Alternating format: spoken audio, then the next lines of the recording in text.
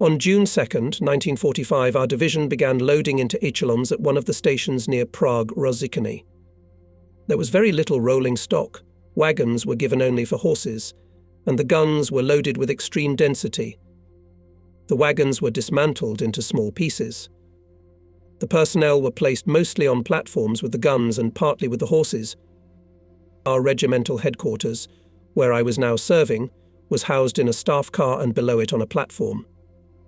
The soldiers' telephone had already spread the rumour that the division was going to Moscow for the victory parade. One could believe this duck, considering that our division was the 1st Guards Red Banner Airborne, Order of Suvorov. With this faith we rode all the way to Moscow.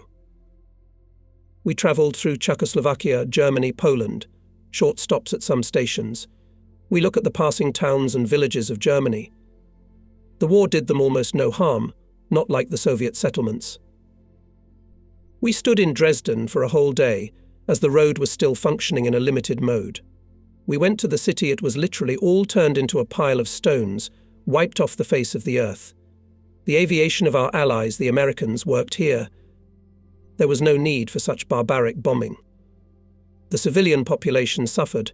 More than 100,000 died under the ruins.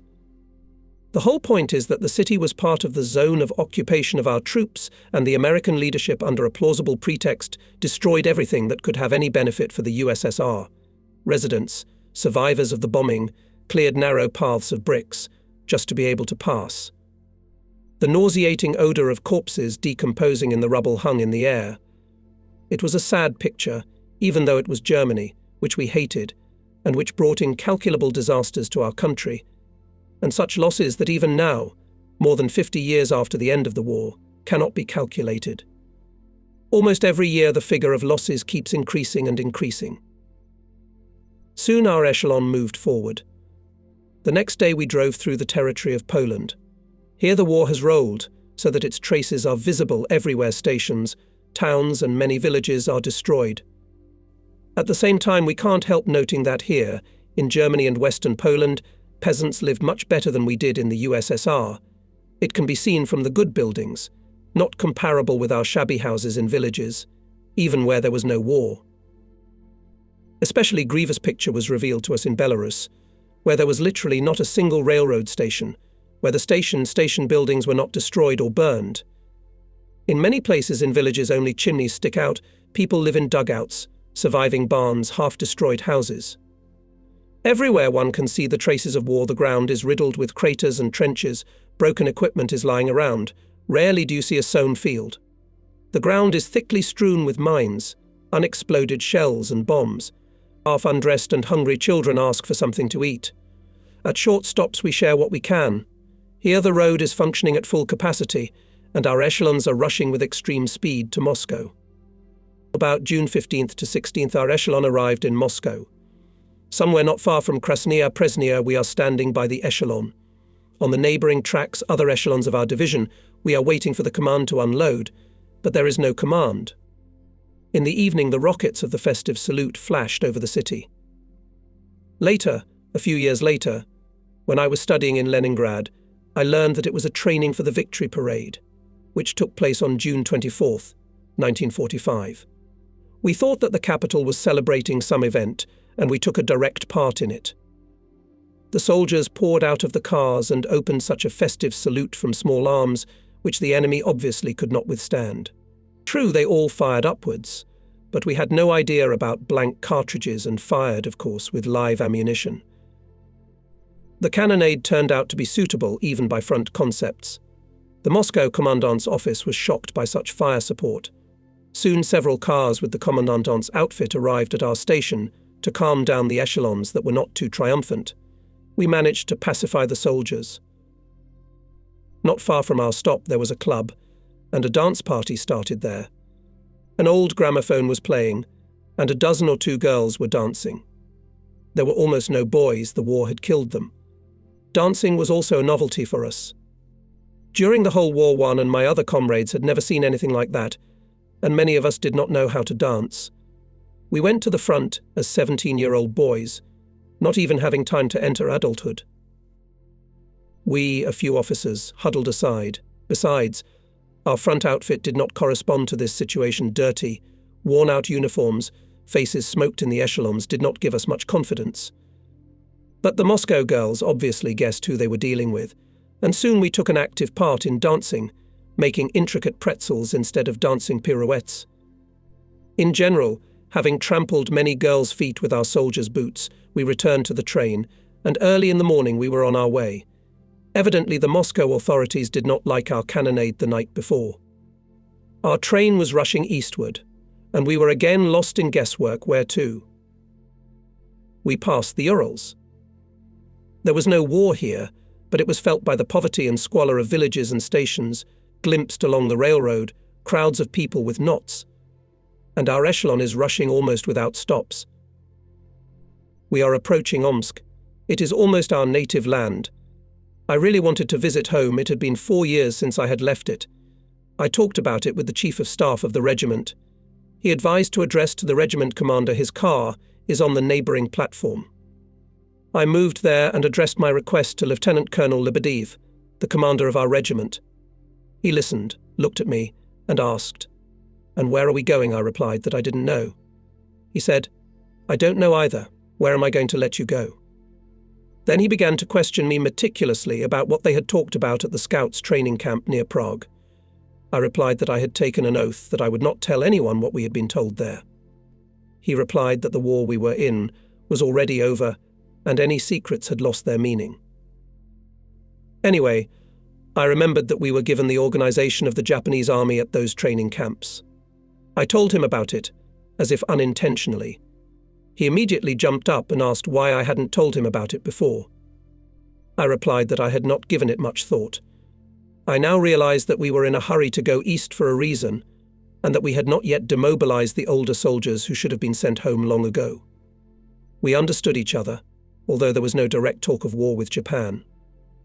In general, the regiment commander allowed me to stop by home for 2 or 3 days, and then catch up with the train. Our echelon arrived in Omsk. There should be a short parking, brood horses, etc. I went to the station to find out how to get to Barnaul. There is a railroad from Omsk to Altai, and I hoped to get away. While I was at the station, our echelon, having shortened the parking lot, left for Novosibirsk. Other echelons, which went literally one after another, were pressed up.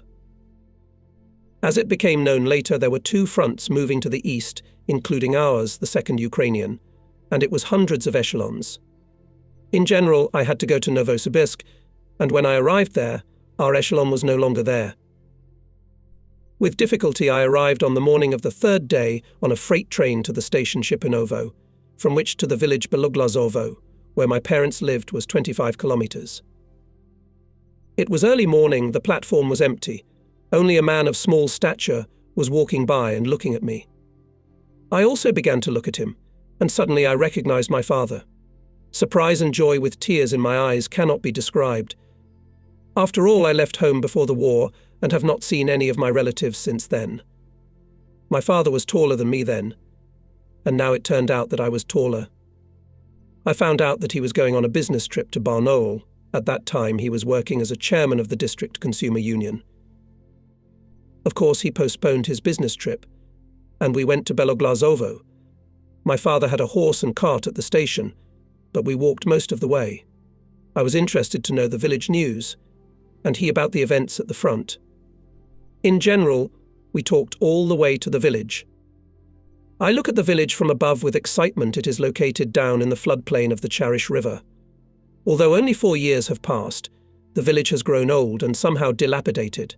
War is war, and even here, thousands of kilometers away, it made itself felt. At home, of course, no one was expecting my arrival, and it was a complete surprise for everyone, especially for my mother, and tears and joy. I found out that there was almost no one left of my classmates. All died at the front. It is sad and sorrowful. Young guys, who did not have time to live, from the school bench went to the front in terrible battles. While we were talking at home, one of the sisters ran to Anna Sirigina, with whom we met a little before the war and then corresponded throughout the war. Soon she, joyful, came running to us. We were both happy and embarrassed, because we had not even had time to take a walk together, and although we corresponded, ineptly expressing our feelings for each other, but that was on paper. But here it was real, in front of everyone. Suddenly my father proposed marriage. I didn't expect such a turn of events. Still, I was going to war again, and I didn't even think of getting married. The front is the front, and anything can happen. It would be simply dishonourable to marry in such a situation. It could be that my wife, not having time to live married, would remain a widow. In this connection, I said timidly at first that it was probably too early to get married. At the same time, I had no right to tell the truth that I was going to the front. It would be a disclosure of military secrets, with all the ensuing consequences under the laws of wartime. Anyway, I agreed to get married. Literally the next day, it was June 24th, 1945, the day of the victory parade in Moscow, we went to the village council and registered the marriage. On the same day, we had a very modest wedding. And in the morning we left, I went to the front, my wife to Barnaul, where she was studying at the pedagogical school. My father went on a business trip. My sister Lyudmila also went to Barnaul, to her husband, who was hospitalized there. So all together we went by train to Barnaul. There, at the station, I said goodbye to everyone, hardly hiding that I was going to the front. My condition was extremely depressed, not because the war was coming for 4 years, it had become a familiar thing, but because I might not see any more of my relatives and friends. I left the same day by the first freight train going towards Novosibirsk, and in the evening I was in Novosibirsk. I took a ticket for the first passing passenger train to the east, and I had ordered tickets for travel in an international class car. However, there were no such cars in this train, and there were no seats at all, so the ticket was composted to me without a seat at all. All carriages of the train are packed to capacity. Mostly our military brother is going those who have left the echelons for various reasons, vacationers catching up with their units, discharged from hospitals, etc. There was not only no place to sit in the cars, there was nowhere to stand. I could hardly squeeze into a vestibule and travelled there for several days. In order to sleep at least a little, we built something like shelves in the vestibule above. We found some scraps of boards somewhere at the stations, fixed them there, and 3 of us took turns to sleep there. We ate, as they say, whatever God sent us, mostly from the station markets. In the train restaurant, the places were occupied all the time. Obviously, people slept there at night. We passed Krasnoyarsk, Irkutsk, Chita. At Karinskaya station behind Chita, I got off the train, because on the way I learned that our second Ukrainian front was being redeployed to Mongolia, and here in Karinskaya, the echelons were turning south. I found an echelon of our division and moved on with it. At the very border with Mongolia, at Solovyevsk station, I saw my echelon moved and reported to the regiment commander. He was satisfied that I did not let him down and returned on time. Soon our echelon moved further south, into Mongolia, heading for the Mongolian station Bayan Tumen. All around, as far as the eye can see, stretches almost lifeless desert. All around is sand, not a tree, not a bush, not a single settlement. Once in a while, a lonely yurt of a Mongolian shepherd with a flock of sheep can be seen in the distance. What they eat there, it is difficult to say. Only later, when I had to travel quite a lot through the desert in search of water, I learned that the sheep eat mainly thorns. It was July, when all the vegetation had already burned out under the merciless sun and turned into withered thorns. At the beginning of July 1945, our train arrived at Bayan Tumen station of the Mongolian People's Republic. Here we unloaded and set up our camp 20 kilometers east of the town of Choibalzan. Actually, it could be called a city with a big stretch. 2 or 3 two-storied wooden houses belonged to our army officers' house, military canteen, office, and I think the house of the Soviet consul. All other buildings were mud brick mazanki of Mongols and a few dozens of yurts, and that was the whole town. Around our camp there was bare sand and dunes. Somewhere in the sand we can see embrasures of concrete pillboxes built several years ago during the war with Japan on Kharkin Gol. We set up our camp near these pillboxes. Echelons of other regiments of the division are approaching. As it became known later, we became part of the Transbaikal Front, which was based on our Second Ukrainian Front. It was headed by its Commander-Marshal of the Soviet Union R.Y. Malinovsky. The front included MNR troops, mainly cavalry and units of the Transbaikal Military District, stationed here in MNR since the war on Kok in Gol. A few days passed, and our regiment in full strength concentrated in the local fortification. The heat is unbearable. During the day it is so hot that even in boots it is impossible to stand, it bakes the feet. It is especially difficult for the horses. The sun is merciless, and there is no shelter from it, and their hooves cannot stand the hot sand. There is not a bush or a tree anywhere. The pillboxes are almost completely covered with sand, the result of sandstorms. If there were some pillboxes cleared, they were as scorching as a bathhouse. The only coolness was at night, and then from sunrise to sunset the merciless sun. Not a cloud in the sky. All the days while we were standing here were sunny. Soon we received an order to reconnoitre the routes of advance to the Chinese border, which is not less than 200 kilometers away, and reconnaissance of the position area for deployment of the regiment in combat order. In one of the days early in the morning we leave by reconnaissance group headed by the regiment commander. There are practically no roads, but they are not needed. The sand has been so laid down for centuries that there is no need for a better road. We determine the azimuth of the direction and move along it, sometimes stopping and clarifying the direction of movement. There are still no trees, no bushes, no settlements around. Only occasionally a shepherd's yurt can be seen in the distance, and sometimes a local nomad rides by on his Mongolian. No landmarks, a blank sheet with terrain horizontals, and that's all. Livestock trails, somewhere marked on the map, are not visible on the terrain, yellow sand and dried grass everywhere. By the speedometer of the car we determine the past route. Somewhere not far away there should be the border with China, more precisely with the state of Manchukuo-go, created by Japanese occupants and actually controlled by them. No matter how much we looked at the area with binoculars, we could not see any signs of the border, although by distance we should have been close. Only in the evening we saw through binoculars, as in the distance, about 2 kilometers away, there rode on horseback a Japanese passing track, obviously a frontier one, so we are really on the border. Here we have to choose and tie the coordinates of observation points, determine and tie the positions of the regiment's batteries. There is a lot of work, and it is impossible to cope in a day, or even in 2 days. We stayed here for almost a week, while we fulfilled all the tasks. Now it is clear that there will be war with Japan. No matter how much we look into the terrain on the other side of the border, but we do not find any signs of Japanese troops or any fortifications. My scouts are watching all day and night with the help of stereo telescopes and binoculars, but they can't find any signs of enemy defences. Soon the parts of our division began to move to the position area.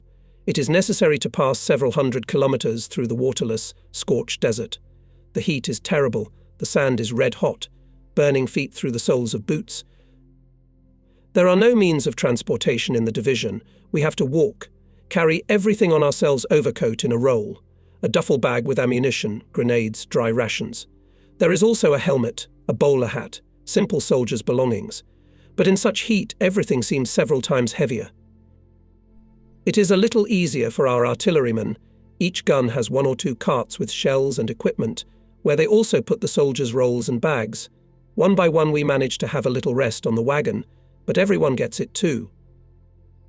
It is very difficult for the horses, and they have to carry the guns. When we were in the West, we took as many trophy horses as we could. They are large horses of some German breed, but they are not at all adapted for such conditions as we found ourselves in here in Mongolia. Our regular horses are much tougher, although they are not easy either. The trophy horses began to die one by one from heat and sunstroke. The soldiers protected them from the exhausting sun as best they could, taking off their shirts and putting them over the horses' heads to somehow protect the animals from sunstroke. By evening the heat subsides, but the stuffiness from the hot sand lasts almost the whole night. Only in the morning it is a little easier. I am painfully thirsty, everything dries up in my mouth, but there is no water. As soon as we stop for the night, the soldiers immediately start digging a well in the hope of getting water. Several hours of continuous labour, a deep hole is dug. Finally, water of dark yellow colour appears. Impatiently we fill the first kettle. The soldier greedily falls to the life-giving and cool moisture. But We can't drink the water is bitter salty. Cursing everything in the world, the tired soldiers fall down on the damp sand. It is necessary to rest at least a little. With dawn the march will continue. Early in the morning, before the start of the movement, I was called by the regiment commander and given the task to find water and provide it to the regiment. For this purpose, I was assigned 3 powerful trophy diesel engines, in the back of each a rubber container. Where to go, the regiment commander does not know. That's why you are a scout, to find and provide. On the provision of water depends on the regiment's fulfillment of the combat task and the life of horses, without which the regiment is unable to fulfill the combat task. 2/3 of the regiment's guns are horse-drawn. The task is difficult, but it is necessary to fulfill it. There is no information about a possible place where there may be water. It is only known that the engineering troops of the front should equip wells on the main routes of movement of the front troops. The width of the front stretches for many hundreds of kilometers. Where to look for these wells? I took my scouts and set off. There are no signs of water sources on the map. I estimated approximately where there are low places in comparison with the surrounding terrain and went forward with maximum speed. There is no need to choose a road in any direction. There is desert and dense sandy ground. I take an azimuth on the map. It is necessary to find my regiment in the boundless expanses of the Gobi Desert. Besides, it will also move forward to the Chinese border. For several hours we wheeled around the desert, but there was no result yet. Finally, with binoculars from a high hill, standing on the cab of the car, I see far away a group of cars, among which there are tanks. We rushed there, and to our joy there was a well drilled by the engineering troops of the front. And there is water cold, slightly brackish, but quite suitable for drinking. We took a queue. We drink a lot of times, but we can't quench our thirst. Soon the containers are filled with water, and we rush back. Now we have to find the regiment, and it is not so easy. The tanks in the cars are open, and we have to drive carefully not to spill the precious moisture. By the middle of the day we caught up with the regiment. There is no limit to joy. Our cars were surrounded from all sides, but there must be order, otherwise we will spill more than drink. The norm is strict: 1 car for each division, half a litre for each in a kettle, and half a bucket for each horse. Not an hour later, we drank all the water, though it looked more like a warm slurry. As we rode along, the water heated up in the hot July sun, and a lot of dust from the wheels of cars got into the water. People still somehow understand that water is not enough, but the poor horses, having swallowed the warm water, look at their riders with pity, not understanding why in such a heat they got such a small portion of water. We managed to distribute water, have a snack, and then we were on our way again to the same place for water. For 2 days I carried water for the regiment. On the 3rd day, when the regiment's column was approaching the Japanese border, the regiment commander released me from the duties of water carrier, having entrusted the regimental logistics men to take care of this business, especially since it was their direct duty. At dawn on August 9th, 1945, our division, together with the whole front, crossed the border and began to develop the offensive towards the Big Hingan mountain range. It was still far away, and so far the same waterless, burned-out desert and merciless sun, scorching from early morning until the sunset. The enemy in our direction is not yet active. Ahead of the division operates our reinforced forward detachment, which includes a tank battalion.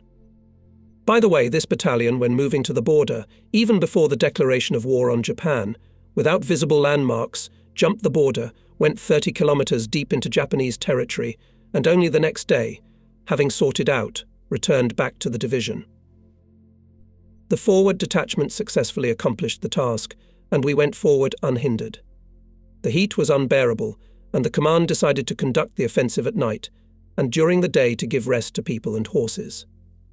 At night it is relatively cool, and it is much easier to move than during the day, but at the same time in the second half of the night, by morning you want to sleep especially badly.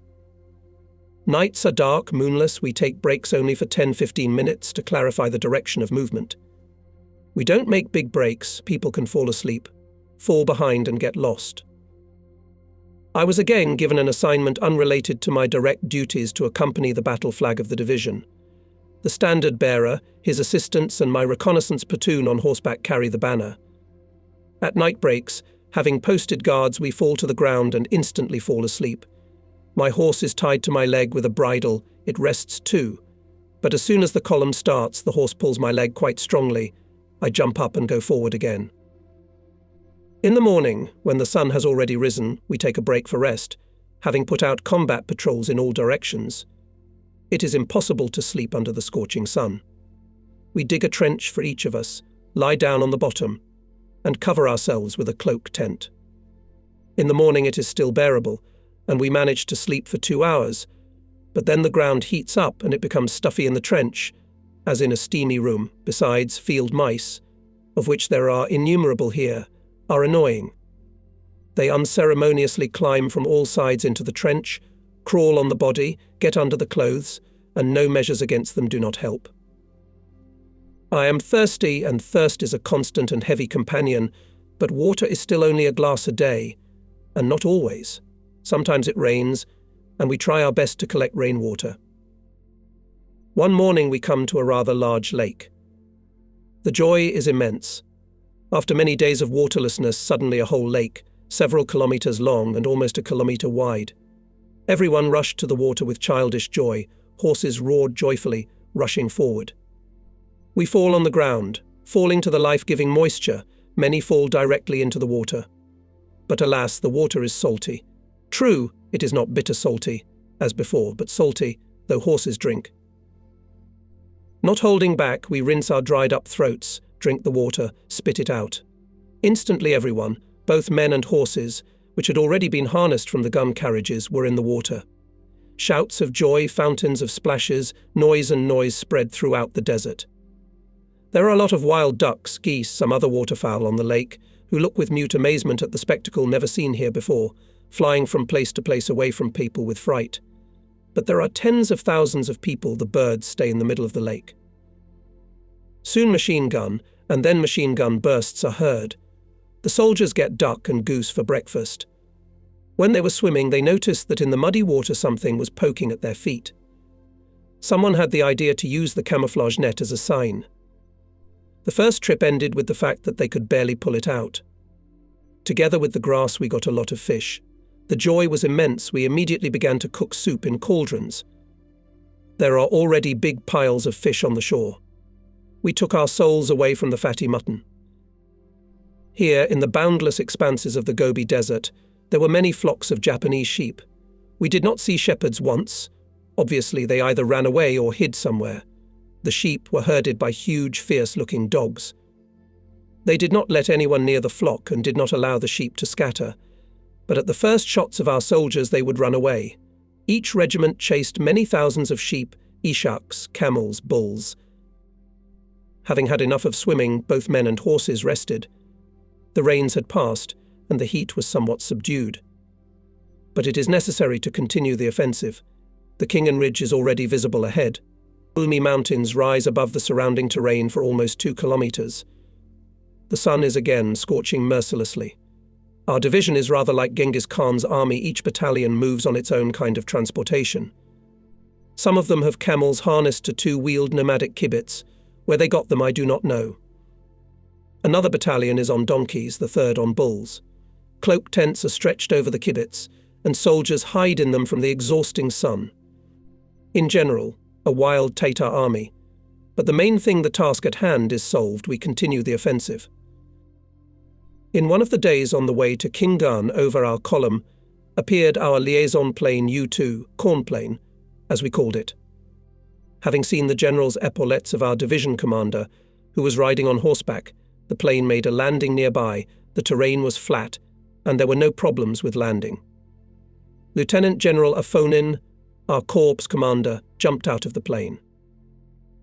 The division commander briefly reported the situation and the actions of the division.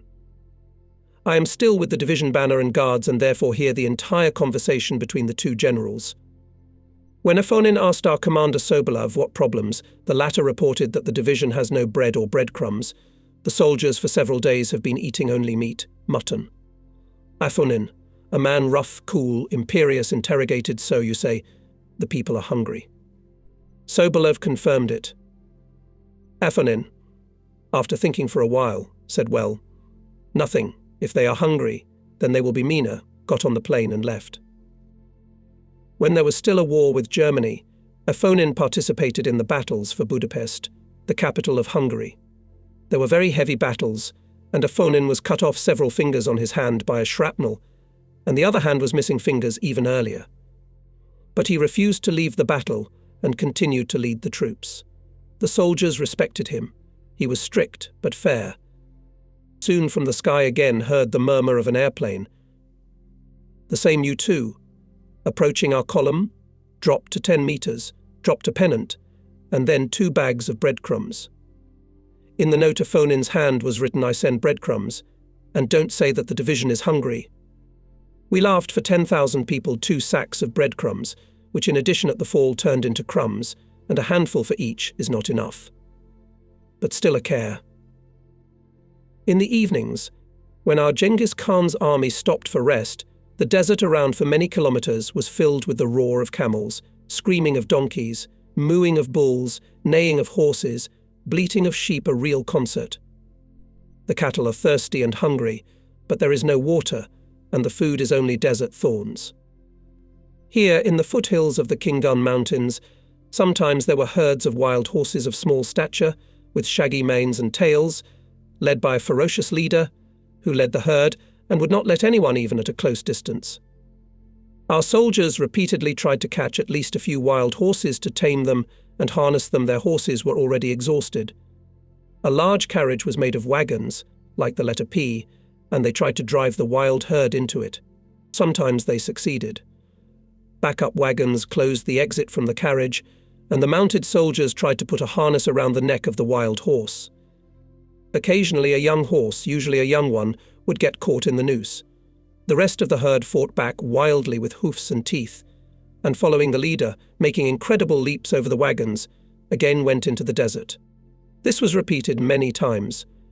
The trapped horses struggled with everything they could, not giving into their hands. But in the end it was still possible to somehow tame them, and then the soldiers tried to tame them to the harness. Even in such harsh and difficult conditions, the soldiers did not lose their ingenuity and sense of humor. 2 soldiers rode on donkeys, tied their muzzles and tails with a rope. They put tents on their backs and a piece of board on them.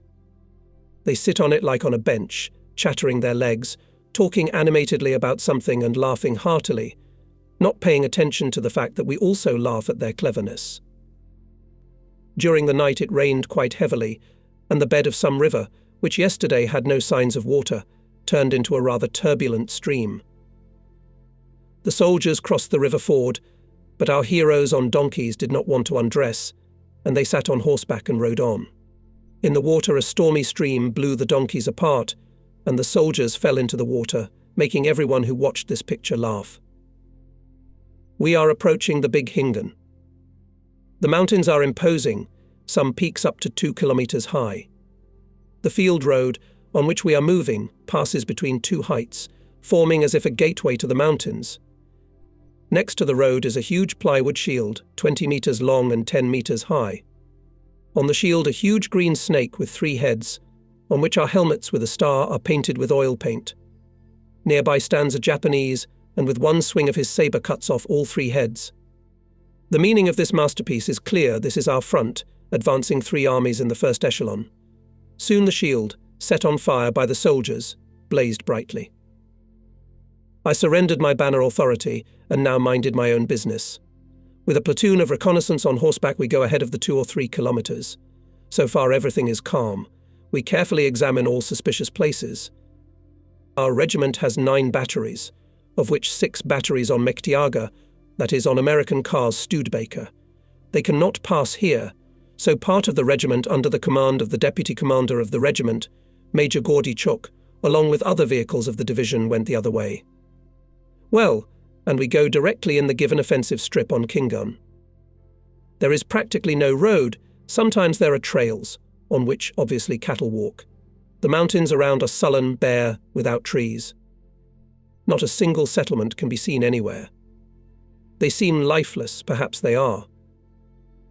The mountains are getting steeper and steeper. Our horses can hardly carry the guns. It is good that it is not so hot here as in the desert, but still we have to shed a lot of sweat climbing up the rocks. In some places there are sandy areas, but the sand is not as in the desert, where it is compressed and loose, and the gun sleds are very hard. The soldiers of the regiments pile on the wheels to help the horses. Sometimes for a day it is possible to pass no more than 10 to 12 kilometers. The enemy is still not visible. Obviously, the advanced detachment is knocking down the barriers.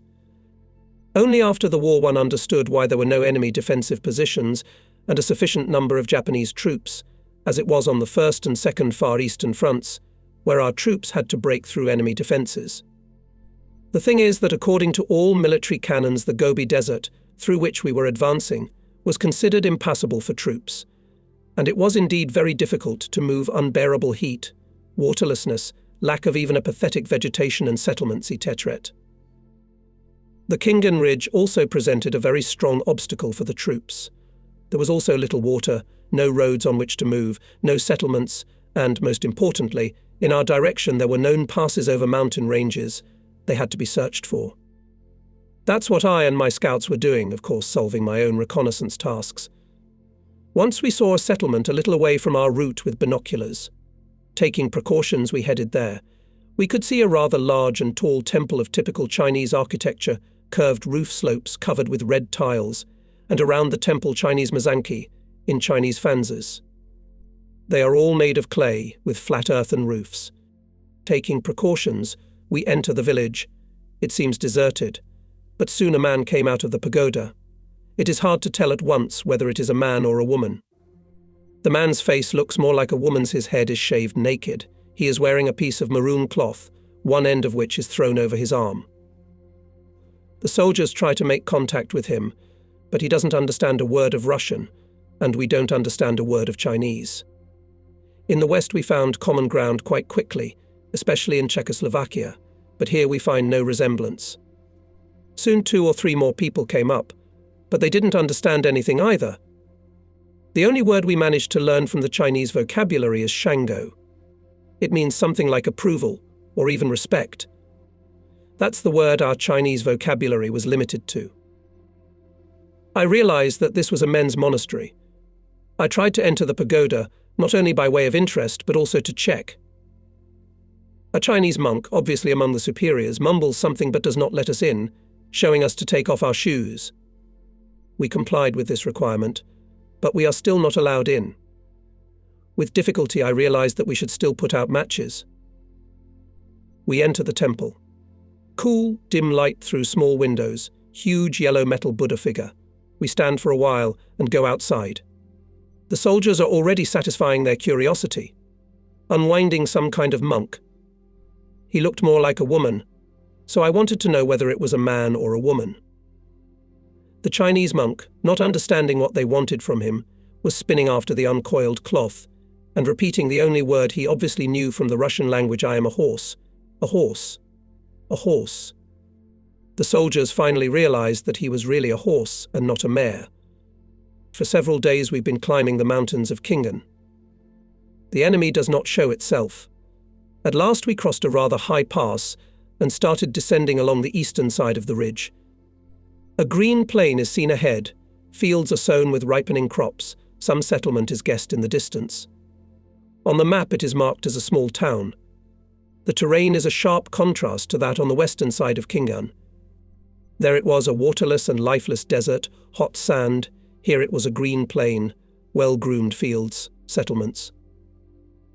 The division's day camp is scheduled near this town. It is necessary to collect the stretched columns of regiments. We are in the very center of Japanese Manchukuo, and we can expect enemy resistance. The day is moving towards evening. It is much cooler here than it was in the desert. People are resting, horses and vehicles are resting. They drank enough water, laid down for the night, who could, of course, having organized a combat guard. The most impatient had already managed to visit the city, although in fact it is a large village. Quite a few Russians live here, descendants of white guards who fled to China during the Civil War. Many of the older generation, who directly participated in that war, are also alive. We are not interested in them, but their daughters, having missed the Russian soul, enjoy socializing with our guys. Although the commanders forbid such communication, but try to hold on to youth, and the dashing guys are not lost. A day later, the division continued the offensive. Our direction to the city of Mukden, the capital of Manchukuo. We are moving on a country road, although on the map it is marked as a highway. On the right and left there is a solid wall of corn and gaoliang crops. The height of the plants is often not less than 2 meters, or even more. Even sitting on horseback, it is impossible to see anything. I and my scouts go on horseback together with the vanguard.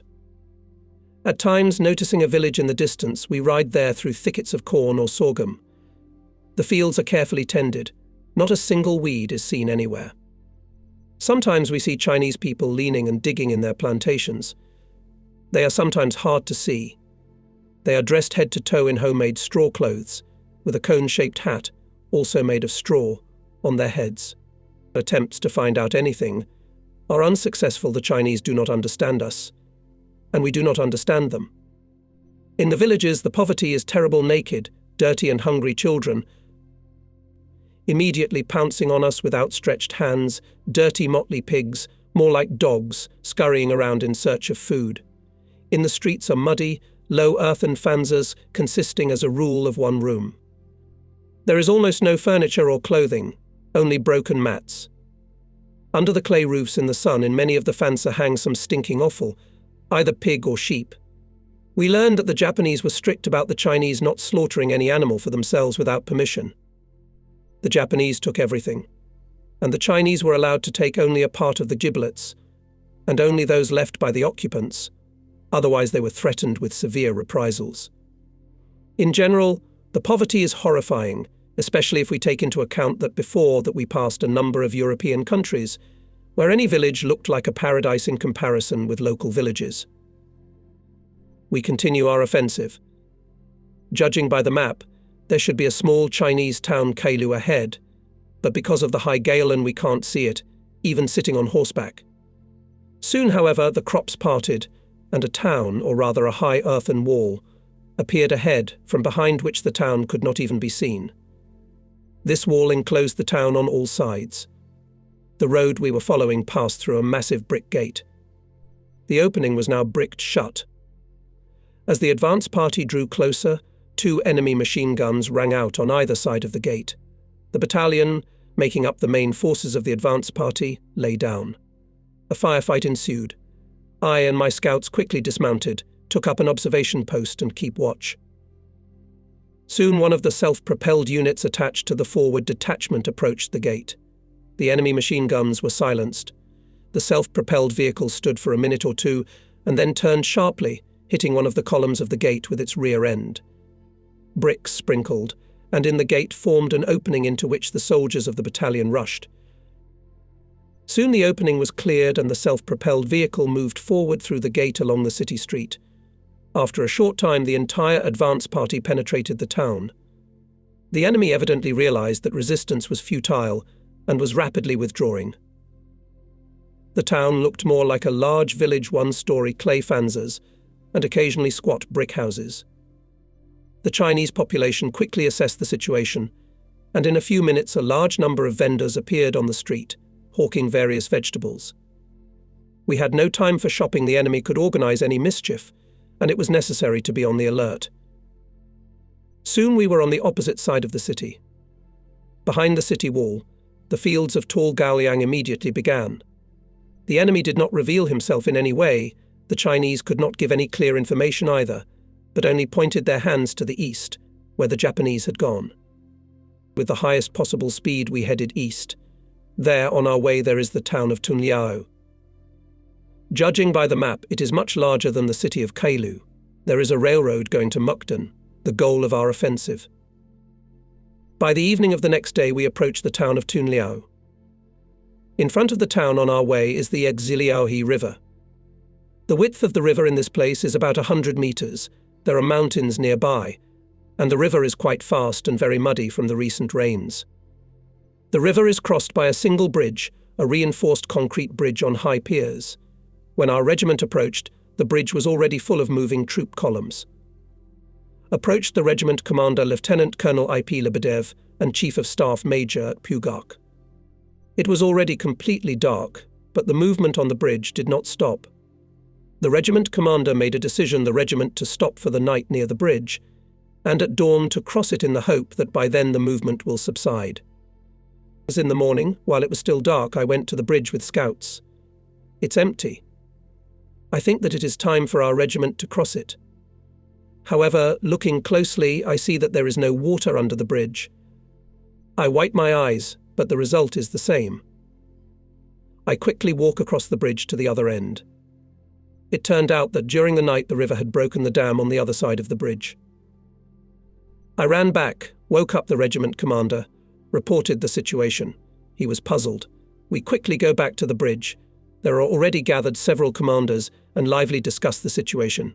To the bridge has already begun to pull up columns of cars, tanks, gun carriages, wagons, but the bridge does not work, and there is no other crossing. Perhaps, not without sabotage, but this is a matter of smersh. Riders on horses try to cross the river above the bridge. Some of them succeed, others fall into holes and go back. Soon the river is filled with soldiers and horses crossing it. The river is less than a meter deep in some places, but the current is strong. Soon a tank makes a successful attempt to cross the river. It is followed by another tank. In the middle of the river it suddenly stops, the water stream rushes around it, and the tank quickly sinks into the water. Literally in a few seconds it sank, and the crew barely had time to jump out.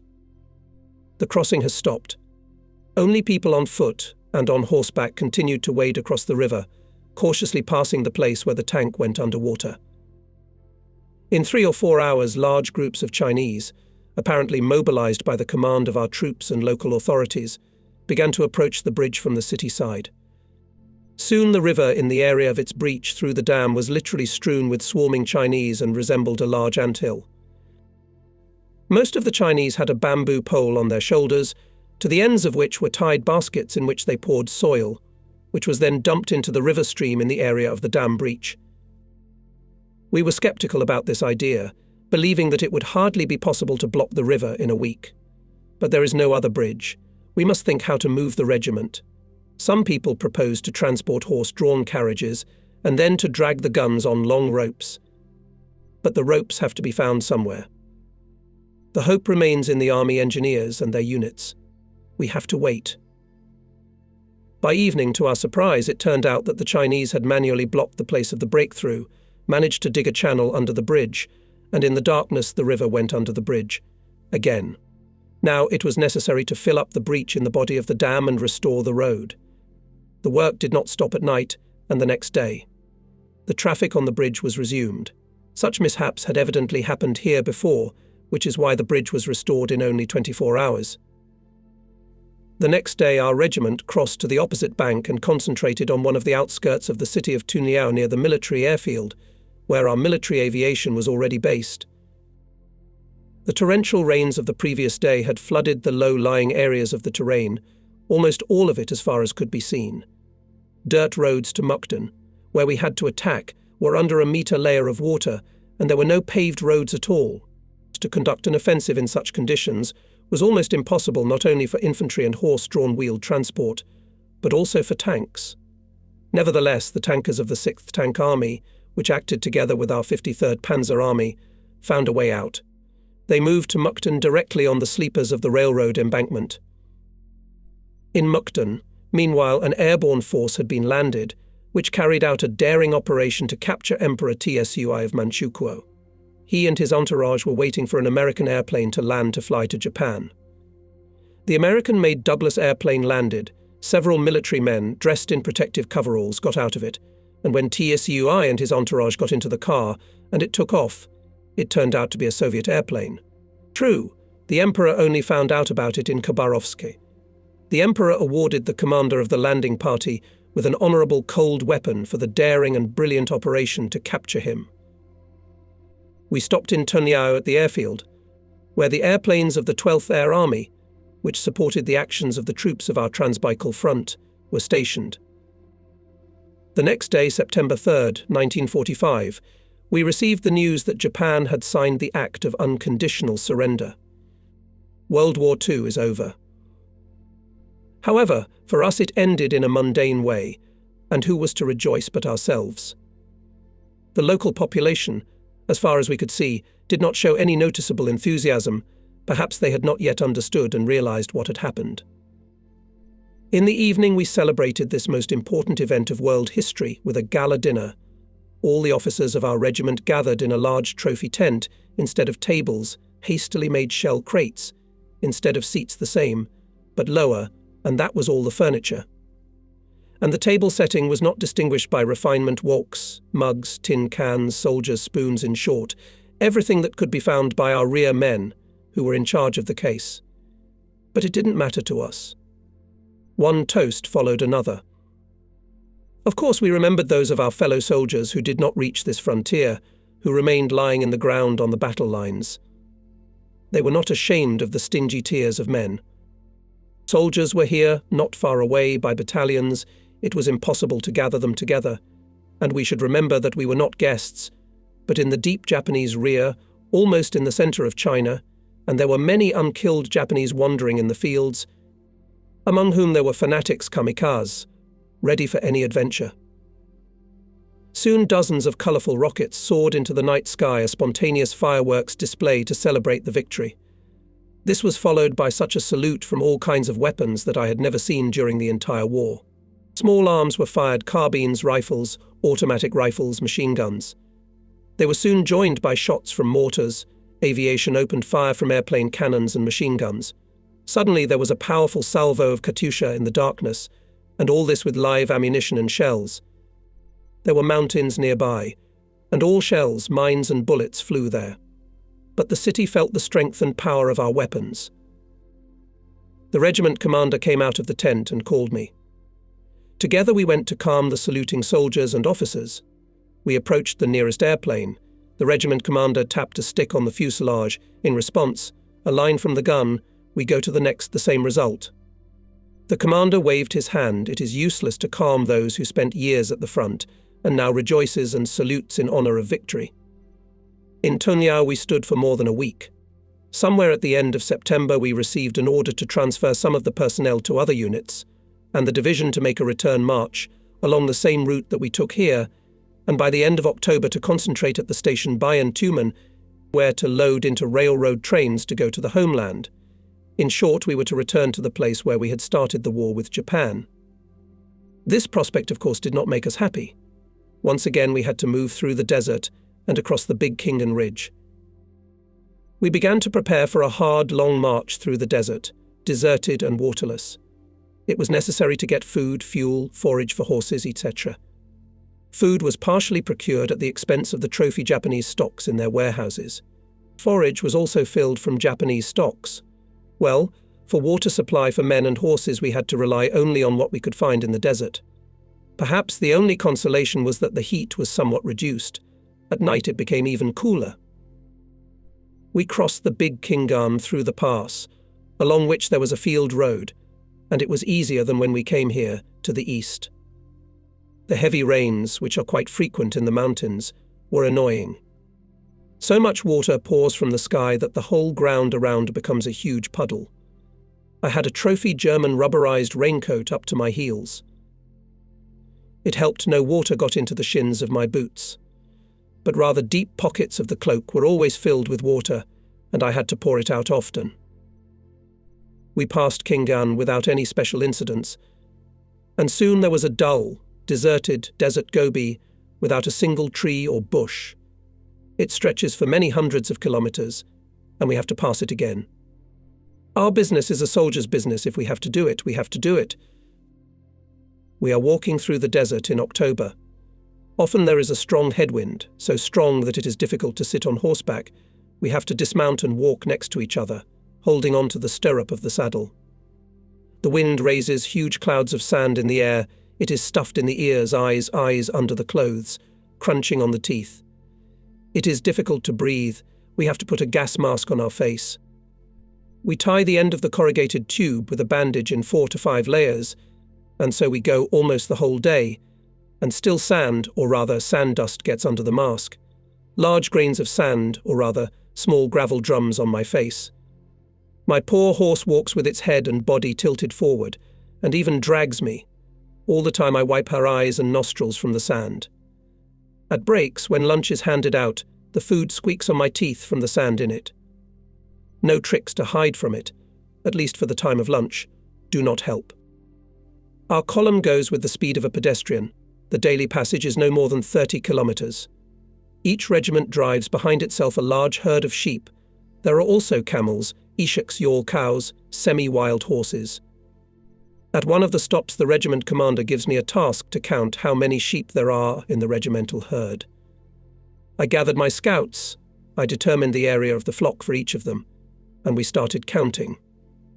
But soon it became dark, and the sheep were always running from place to place. In short, that evening we could not count them. They spent several more evenings counting. In the end, we determined an impressive figure, about 40,000, not counting a large number of different cattle that joined our flocks.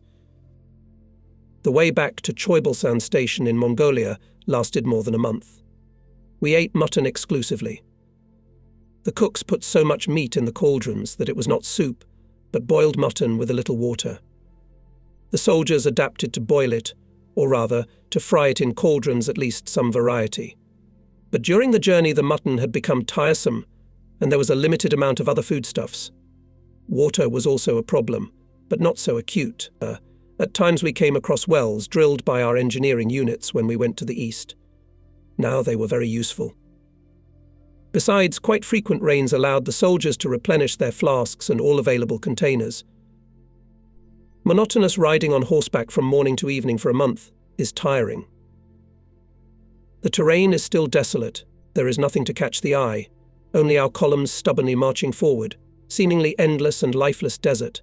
Ordinary marching life. Early in the morning, with sunrise rise, breakfast at the field kitchen. All the same boiled fat mutton, sometimes some cereals and some water, and so 3 times a day and every day. It is so tiresome that it seems that I will never take it in my mouth again, but hiking fatigue and natural need for food take their toll, and at a halt we again go to the kitchen to get a portion of the same mutton.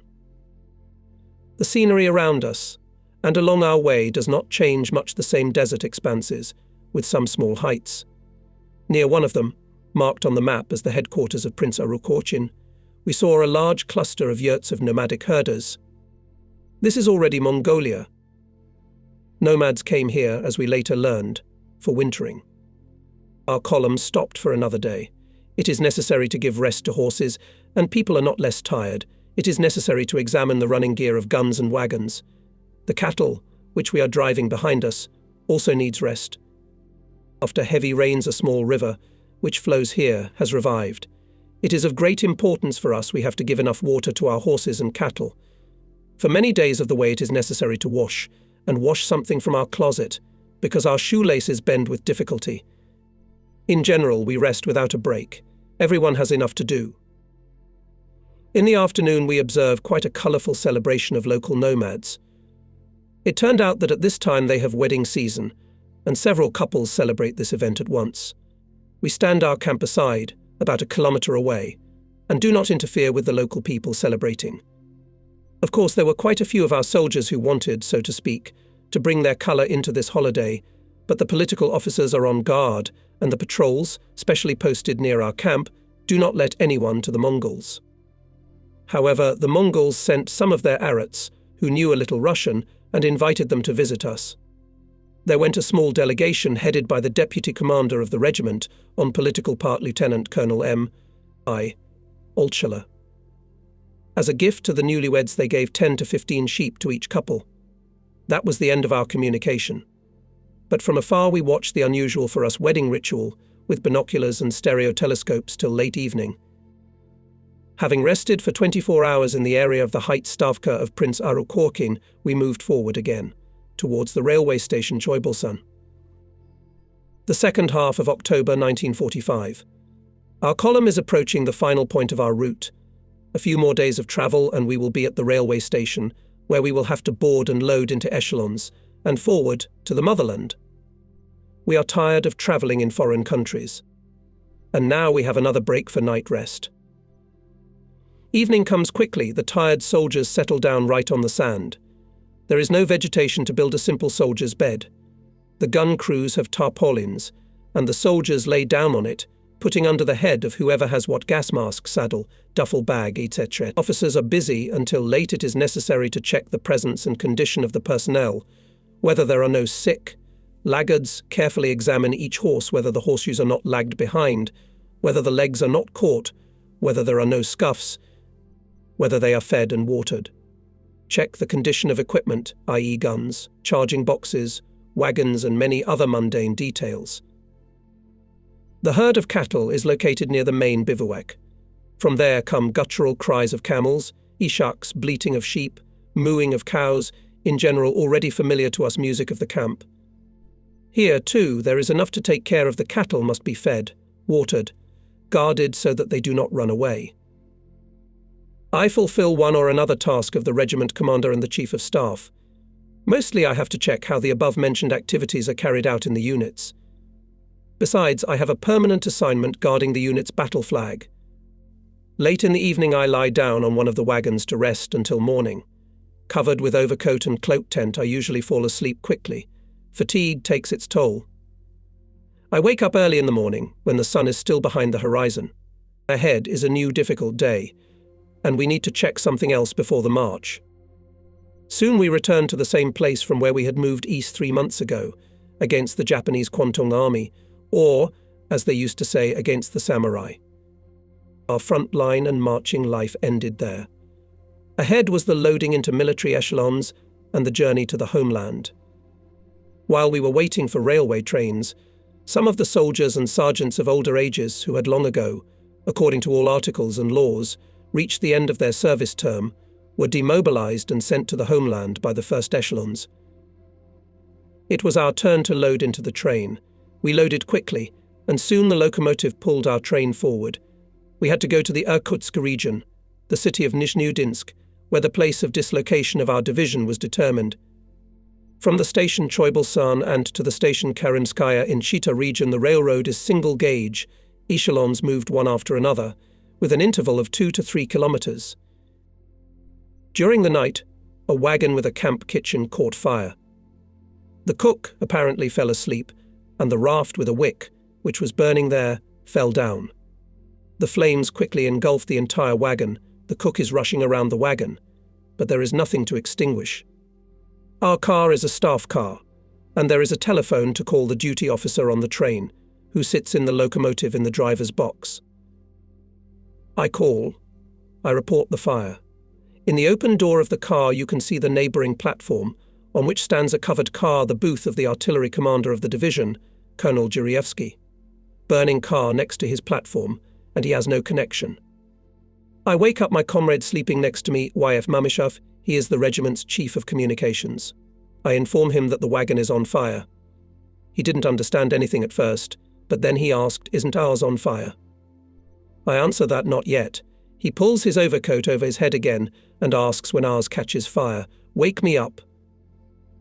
The echelon stopped. We are trying to put out the fire, but it has already engulfed the whole car. The cook was burned, but alive. We quickly unhooked the cars. We managed to pull out the kitchen. It fell to the ground. By common efforts, we throw the burning wagon off the rails lying on its side. It continues to burn. We hitched up the wagons and set off again. The further way passed without accidents. In the morning, we crossed the state border. Hello, long-suffering motherland. In the first days of November 1945, our train arrived at the station Nijinsk of Irkutsk region. Peaceful life began, with its own problems. We have to get used to it. We had already forgotten for many years of war about this life, and for a long time we could not believe that there would be no shelling or bombing, that it was not necessary to go in attack, although of course training attacks soon had to be carried out, but this is not the front. Gradually we are being drawn into peaceful life. I also began the usual days of service in the regimental headquarters, in my former position the head of intelligence of the regiment. Soon my wife Anya, with whom we later travelled to garrisons and private apartments, came to me. We lived modestly. All the time was taken up by service, often had to be on exercises, on firing ranges in camps. But this does not belong to the front memories. My most cherished wish is that our children, grandchildren, great-grandchildren, and future generations never knew the horrors of war, that none of them had to celebrate another day of victory. Let the war remain only in the memories of veterans. This is my dream. God willing, it will come true.